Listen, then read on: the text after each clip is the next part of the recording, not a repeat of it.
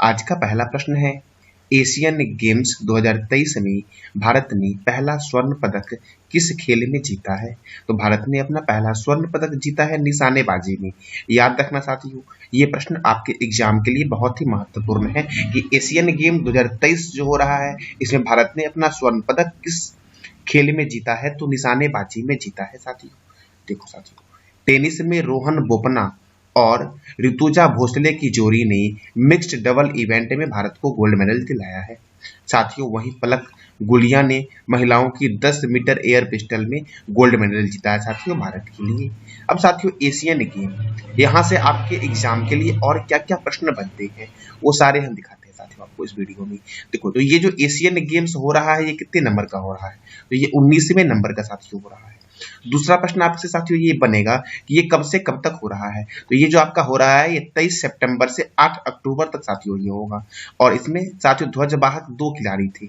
साथियों, ध्वजवाहक कौन कौन से थे? तो ये इमेज में आपको दिख रहे हैं, हरमनप्रीत सिंह जो हॉकी खेलते हैं, पंजाब के हैं, और ये है लवलीना बोरगोहेन जो बॉक्सर है, और ये असम की है साथियों। अब साथियों, हमारा यहाँ से अगला प्रश्न बनता है कि पहली बार एशियाई गेम का आयोजन जो हुआ था वो कहाँ हुआ था? तो नई दिल्ली में हुआ था। और अगर मैं पूछूं कब हुआ था तो क्या बोलोगे आप? 1951 में हुआ था।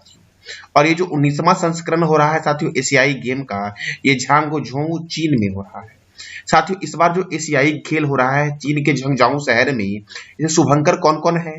तो साथियों, शुभंकर के बारे में बात करते हैं तो शुभंकर है कांगकोंग, लियान लियान और चेन चेन साथियों नाम दिया गया शुभंकर का। और यहाँ इमेज में साथियों यही तीनों शुभंकर है साथियों।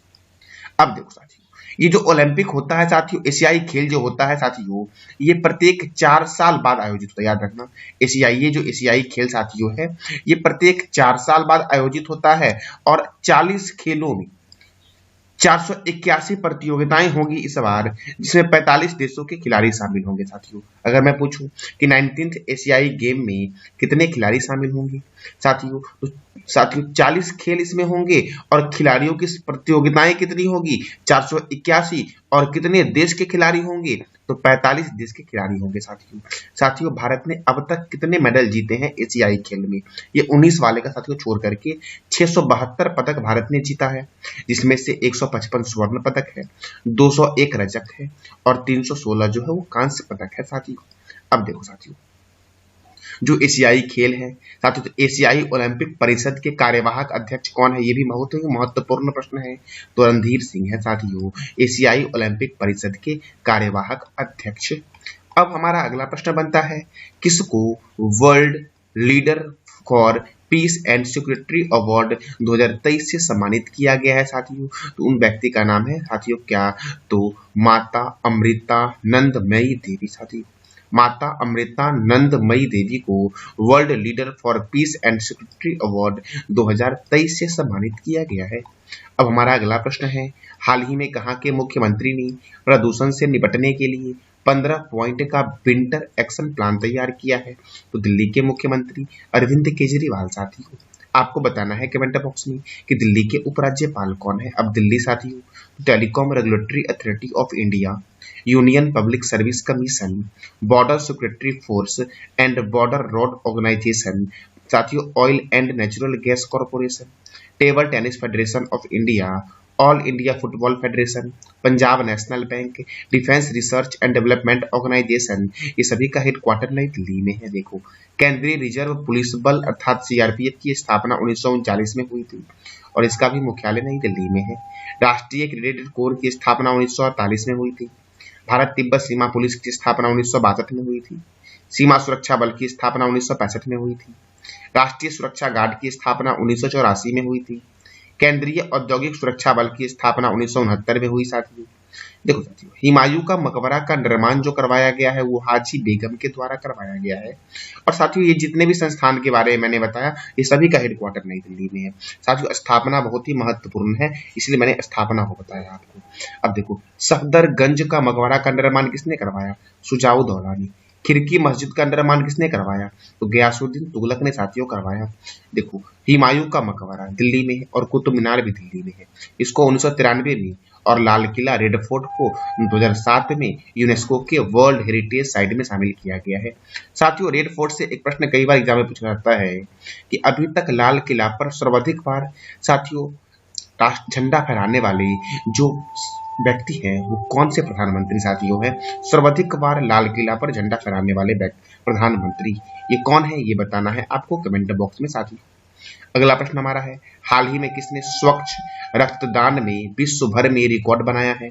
तो उत्तराखंड ने साथियों स्वच्छ रक्तदान में विश्व भर में रिकॉर्ड बनाया है।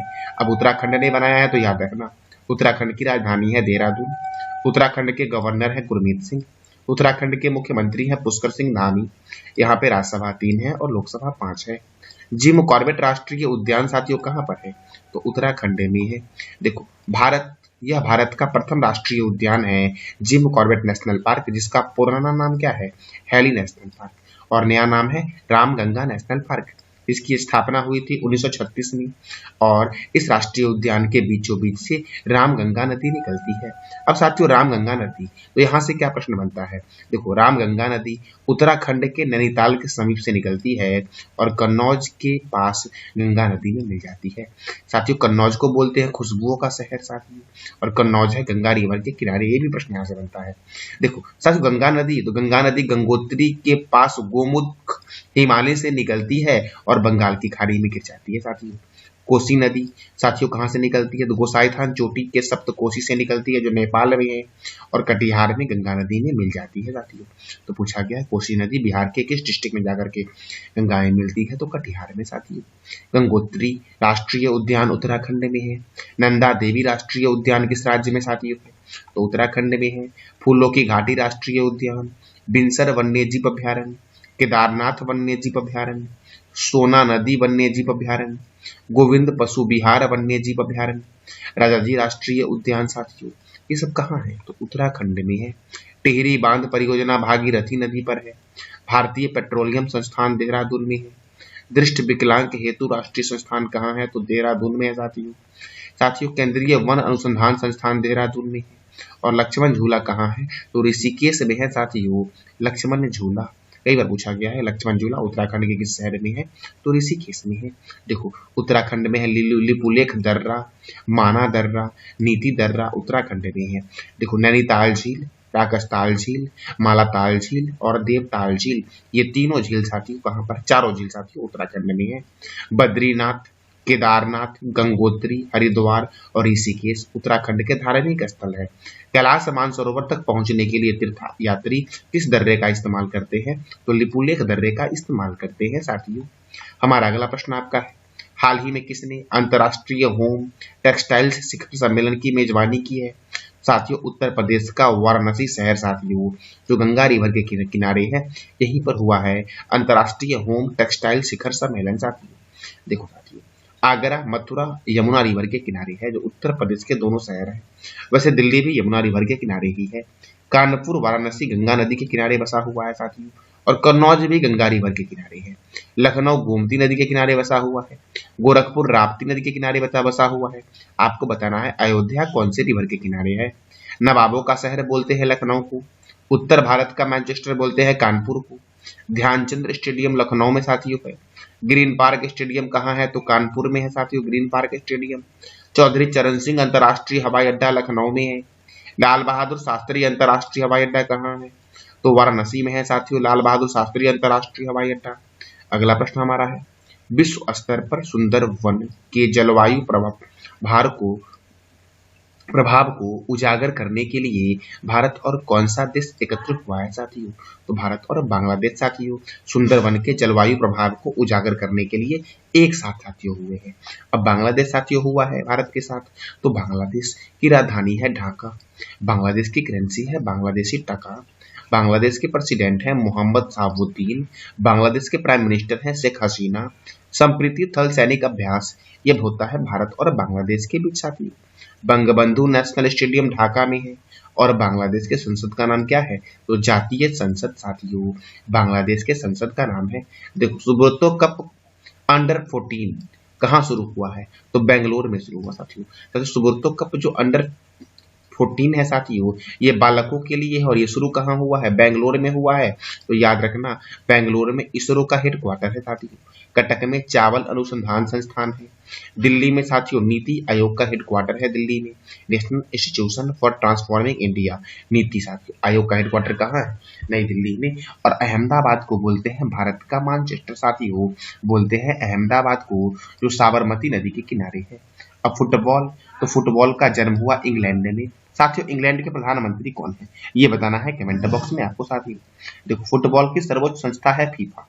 फीफा का फुल फॉर्म है federation international D football association. इसका हेडक्वार्टर ज्यूरिख स्विट्जरलैंड में है और इसकी स्थापना हुई थी 21 मई 1904 को। फीफा के प्रेसिडेंट कौन है? तो गियानी इन्फेंटिनो है। फीफा के प्रेसिडेंट साथियों कौन है? Gianni Infantino.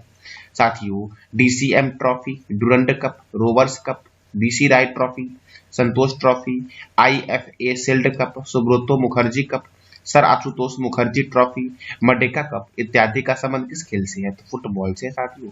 फुटबॉल में, हॉकी में और क्रिकेट में खिलाड़ियों की संख्या 11 होती है। रग्बी फुटबॉल में 15, बेसबॉल खो खो में 9, जिम्नास्टिक में 8, वाटर पोलो कबड्डी और नेटबॉल में 7 होते हैं, वॉलीबॉल में 6 होते हैं, बास्केटबॉल में 5 होते हैं और पोलो में 4 खिलाड़ी होते हैं साथियों। साथियों ये था आज का हमारा महत्वपूर्ण करंट अफेयर। कल मैंने आपसे 3 प्रश्न किया साथियों। पहला था आपका कछुआ अभयारण्य किस राज्य में स्थित है? तो उत्तर प्रदेश में। दूसरा मैंने किया था अचान कमार बाग रिजर्व किस राज्य में है? छत्तीसगढ़ में है, जिसे धान की डलिया भी बोलते हैं। खिड़की मस्जिद का निर्माण करवाया गया था हाजी बेगम के द्वारा साथियों। आज का आपका 3 प्रश्न है जिसका जवाब देना है कमेंट बॉक्स में आपको। डायनासोर राष्ट्रीय उद्यान किस राज्य में है? भूपेन हजारिका सेतु किस 2 राज्यों को जोड़ती है?